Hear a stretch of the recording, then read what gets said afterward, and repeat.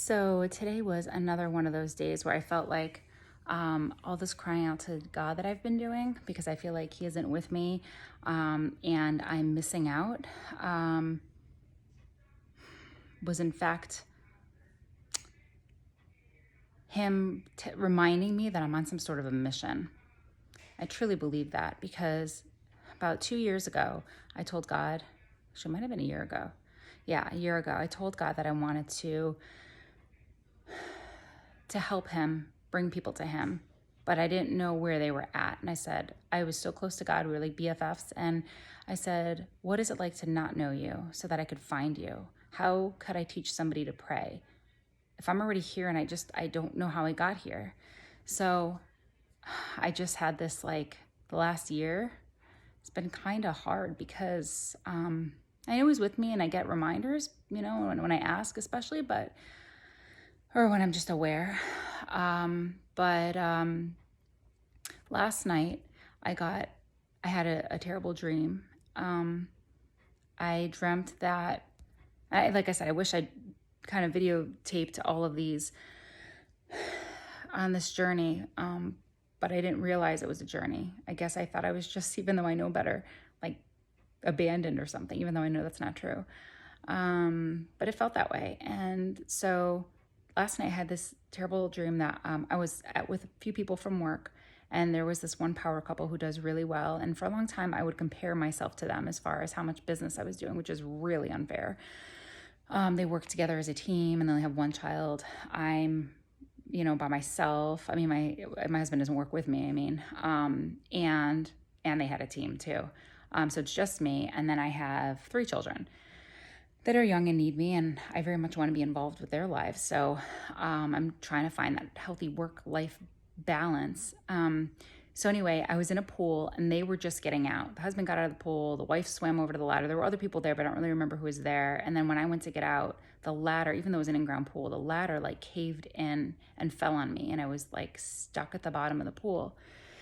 And I was trying to get out and swim to the top, and it felt like an eternity to get there. And I literally woke up from my nightmare gasping for air. And it was 4 a.m. I remember thinking, I felt like I couldn't breathe. And I thought, why would I dream something like that? And then I was just trying to figure out what could that mean. I don't feel overwhelmed. I mean, I do feel overwhelmed because the kids are remote learning right now. It's the year of COVID. They haven't been back to the classroom physically. So it has been very stressful, but no different than the stress that I'm used to, just because I always put so much on my plate. So I'm thinking, why did I have that dream? And today I was driving to the gym and I said, the gym is just a waste of time. It's just a waste of time. I have so much to do.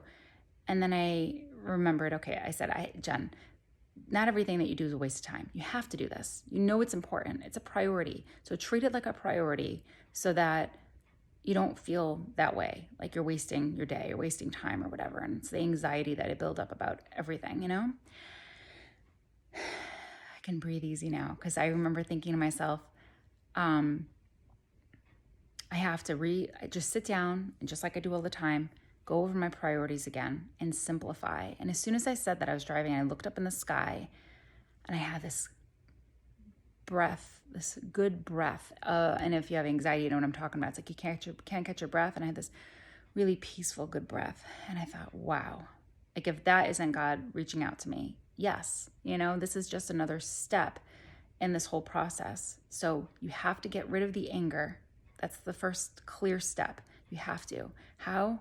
I don't know. But God's there, but it's hard to find Him if you're, in a cloud, in a dusty cloud, and you got to get all that away, get away from that toxic air so you can find the clean air with God. And so get rid of that anger and then try to focus and prioritize, because when you're busy and the world's going a million miles around you and there's all kinds of things going on in the world, and there's all kinds of things going on in your family, and there's all kinds of things going on in your work life, and there's all kinds of things going on in your marriage, it's hard to find God in that, because that's the same thing. It's like that cloud, that you're living in and you can't focus. And so I realized that was another step when I had that breath of air, that breath of fresh, I don't know how to describe it.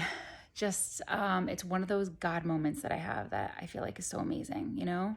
I don't know how to describe it unless you've experienced it, but it's that moment where you just feel like connected to God. And I think it's a part of being aware and finding that, you know? Because all of your thoughts, they're good or bad. It's either God and, you know, God's team guiding you, or it's the other side, you know? And so based on how that's making you feel, God's not going to make you feel bad and guilty and, you know? So once you identify that peace, that love, that guidance, and you know that's God, and you start to just become aware of that, I think that's when you start to have those God moments. So I wish that for you, but this is the second step.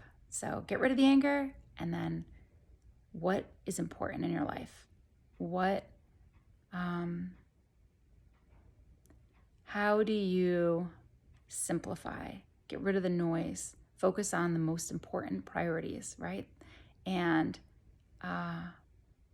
give those important things in your life, especially your family, right? Because that's everything, I think.